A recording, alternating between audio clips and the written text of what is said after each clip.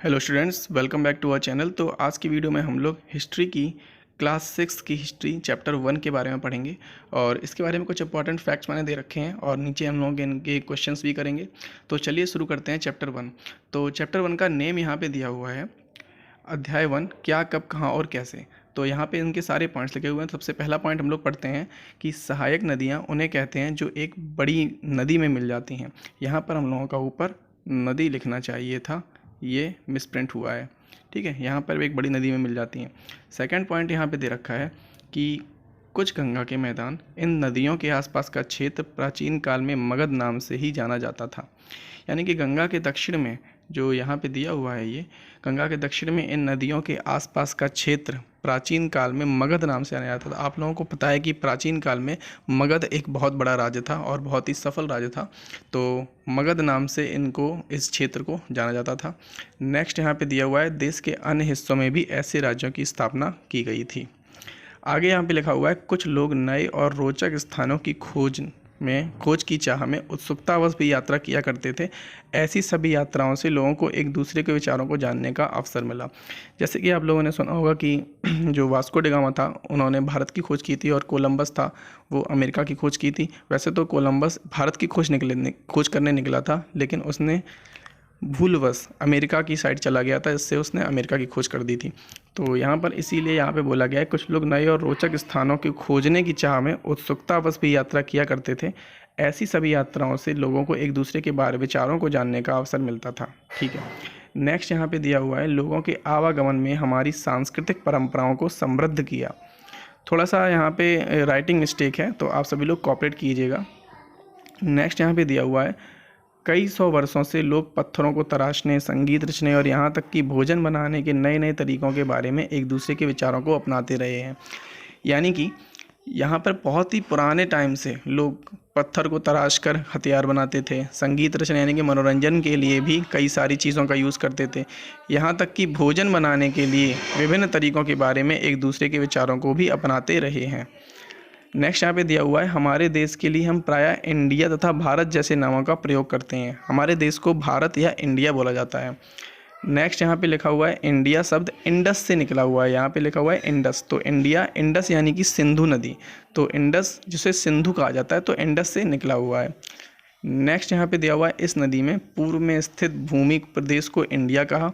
भारत नाम का प्रयोग उत्तर पश्चिम में रहने वाले लोगों को एक समूह के लिए किया जाता था। जो उत्तर पश्चिम में लोग रहते थे तो उनको भरत नाम का प्रयोग, तो भरत के नाम से ही भारत हमारा नाम पड़ा। और जैसा कि आप लोगों को पता है कि इस नदी के पूर्व स्थित भूमि प्रदेश को इंडिया कहा, क्योंकि ये इंडिया हमारा बना हुआ है इंडस, और इंडस का मतलब होता है सिंधु नदी। नेक्स्ट पॉइंट पढ़ते हैं इस समूह का उल्लेख संस्कृत की आरंभिक यानी 3500 वर्ष पुराने ऋग्वेद में भी मिलता है। अब आप लोग जानते हैं कि यहाँ पे हम लोगों के 4 वेद हैं, ऋग्वेद, यजुर्वेद, सामवेद और अथर्ववेद। तो उन वेदों में सबसे पुराना ऋग्वेद है, तो ऋग्वेद में इसका उल्लेख मिलता है। नेक्स्ट यहाँ पे दिया हुआ है अतीत की पुस्तकें हाथ से लिखी होने के कारण पांडुलिपि कहलाती हैं। ये काफ़ी इंपॉर्टेंट है। हाथ से लिखी होने के कारण पुरानी जो पुस्तकें हैं, अतीत यानी कि जो हमारा पास्ट है, तो उसको हम लोग पांडुलिपि बोलते हैं। नेक्स्ट यहाँ पे लिखा हुआ है अंग्रेजी में पांडुलिपि के लिए प्रयुक्त होने वाला मैन्यूस्क्रिप्ट, यानी इसको कहीं कहीं मनुलिपि या मनुस्मृति भी कहा जाता है। तो मनुस्मृति हिंदी में और मैन्यूस्क्रिप्ट शब्द लैटिन में, जिसका शब्द मैन्यू जिसका अर्थ है हाथ से लिखा, क्योंकि यहाँ पे ये हाथ से लिखी हुई हैं तो इसको मैन्यूस्क्रिप्ट या मनुस्मृति भी बोला जाता है। नेक्स्ट यहाँ पे बोला हुआ है पांडुलिपियाँ प्रायः ताड़पत्रों अथवा हिमालय क्षेत्रों में उगने वाले भूर्ज नामक पेड़ की छाल से विशेष तरीके से भोजपत्र पर लिखी हुई मिलती थी। देखो, पुराने टाइम पर कागज़ तो होते नहीं थे, तो यहाँ पे ताड़ के पत्रों पर और हिमालय क्षेत्र में जो पत्थर वगैरह होते थे उनमें यहाँ पे लिखा हुआ है हिमालय क्षेत्र में उगने वाले भूर्ज नामक पेड़। तो यहाँ पे याद रखिएगा पेड़ का नाम था भूज। तो भूर्ज नामक पेड़ की छाल से विशेष तरीके से तैयार भोज पत्रों पर लिखी हुई मिलती थी। तो ये लिपियाँ जो थीं ये इस जगह पर हम लोगों को मिलती थीं। काफ़ी इंपॉर्टेंट क्वेश्चन यहाँ से बन सकते हैं। तो नेक्स्ट पढ़ते हैं, यहाँ पे कई सारी पांडुलिपियाँ आज भी उपलब्ध हैं।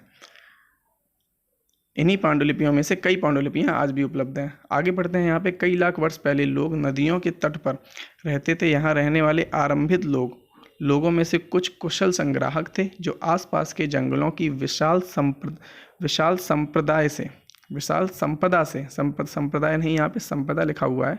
विशाल संपदा यानी कि संपत्ति से परिचित थे और अपने भोजनों के लिए जड़ों, फलों तथा जंगलों के अन्य उत्पादों को यहीं वहाँ पे स्वसंग्रहित करते थे, यानी कि इकट्ठा करते थे। और वे जानवरों का भी शिकार करते थे, यानी कि वो पेड़ पौधों और जानवरों पर अपनी भूख के लिए, अपने जीवन यापन के लिए डिपेंड रहते थे। तो ये हमारी एक ब्रीफ समरी हो गई। मैंने इस चैप्टर का पूरा निचोड़ यहाँ पे कुछ लाइनों में रख दिया है। आगे आप सभी लोग यहाँ पे क्वेश्चंस करेंगे, तो इन क्वेश्चंस को करके आप लोगों को ये चीज़ें और क्लियर हो जाएंगी। तो आते हैं क्वेश्चन नंबर फर्स्ट पे। क्वेश्चन नंबर फर्स्ट दिया हुआ है, हम अतीत में किन किन के बारे में जानकारी हासिल कर सकते हैं। जैसा कि हम लोगों ने ऊपर पढ़ा कि शिकारियों, पशुपालकों, कृषकों, यहाँ पे वृक्षकों लिखा, ये गलत लिखा हुआ है, कृषकों, शासकों, व्यापारियों, पुरोहितों और शिल्पकारों, कलाकारों, संगीतकारों आदि वैज्ञानिक जीवन के बारे में जानकारियाँ हासिल कर सकते हैं। नेक्स्ट यहाँ पे लिखा हुआ है, 8000 पूर्व पुरुष स्त्री किसका उपजाना किया और किन किन पशुओं को पालतू बनाया।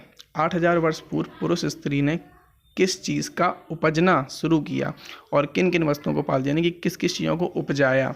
तो यहाँ पे लिखा हुआ है 8000 वर्ष पूर्व स्त्री पुरुष सबसे पहले गेहूँ और जो, तो यहाँ पे आप लोगों को क्वेश्चन पूछा जा सकता है कि सबसे पहले किस चीज़ की खेती की गई थी। तो सबसे पहले हम लोगों की गेहूँ और जौ की खेती की गई थी।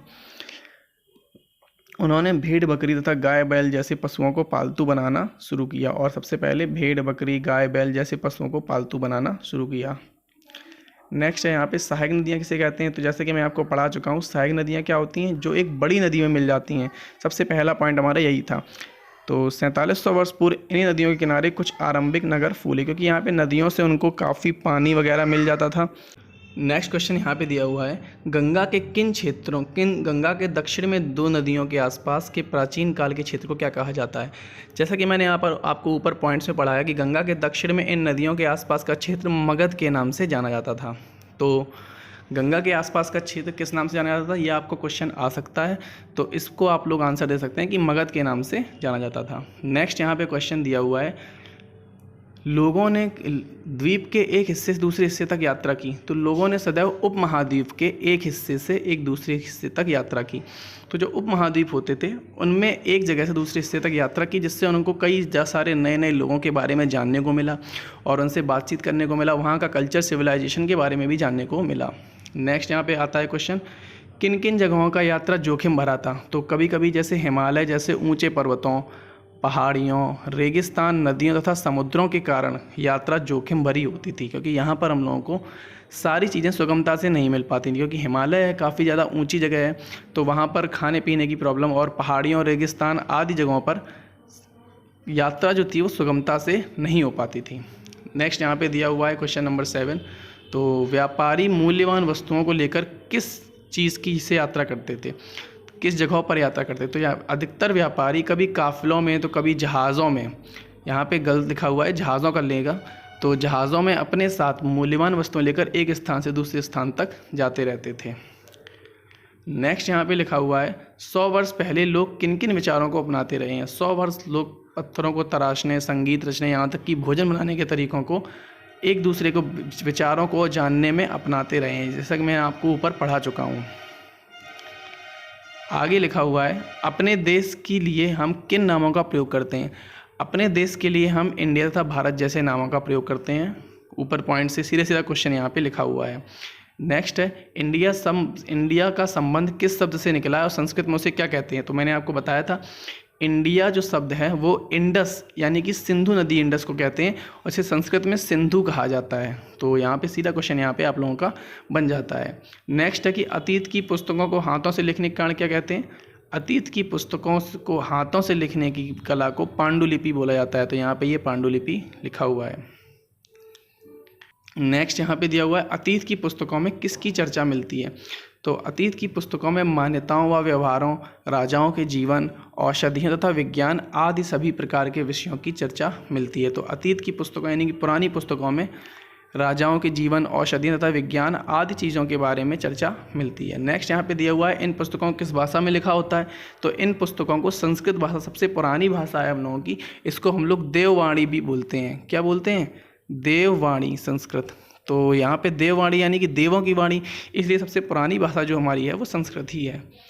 नेक्स्ट यहाँ पे लिखा हुआ है आम लोग किस भाषा का प्रयोग करते थे, तो आम लोग यहाँ पर प्राकृत भाषा का प्रयोग करते थे। ये काफ़ी इंपॉर्टेंट क्वेश्चन बन सकता है कि किस भाषा का प्रयोग करते थे। तो यहाँ पे संस्कृत भाषा तो है, संस्कृत भाषा में जो लिपि है, यहाँ पे लिपि वैसे होना चाहिए, तो उस लिपि को प्राकृत, तो यहाँ पे प्राकृत भाषा में का प्रयोग करते थे। हम किस चीज़ का अध्ययन कर रहे हैं, हमने अभिलेखों का अध्ययन किया है। अभिलेखों के अध्ययन से ही पता चला है कि इतिहास के ये सारे स्रोत हैं, क्योंकि आज के इंसान को सारे जो प्रूफ होते हैं कि इतिहास में कैसे क्या हुआ, पूरा पाषाण काल, इन सारी चीज़ों के बारे में हम लोगों को अभिलेखों से ही पता चलता है। अभिलेख यानी कि कभी कभी हम लोग देखते हैं कि पत्थरों से लिखी हुई चीज़ें, पत्थरों में कई सारी कुछ नोटेशंस होते हैं, कुछ साइंस होते हैं, तो उन चीज़ों से हम लोग अभिलेखों के बारे में पढ़कर इतिहास के बारे में पता कर सकते हैं।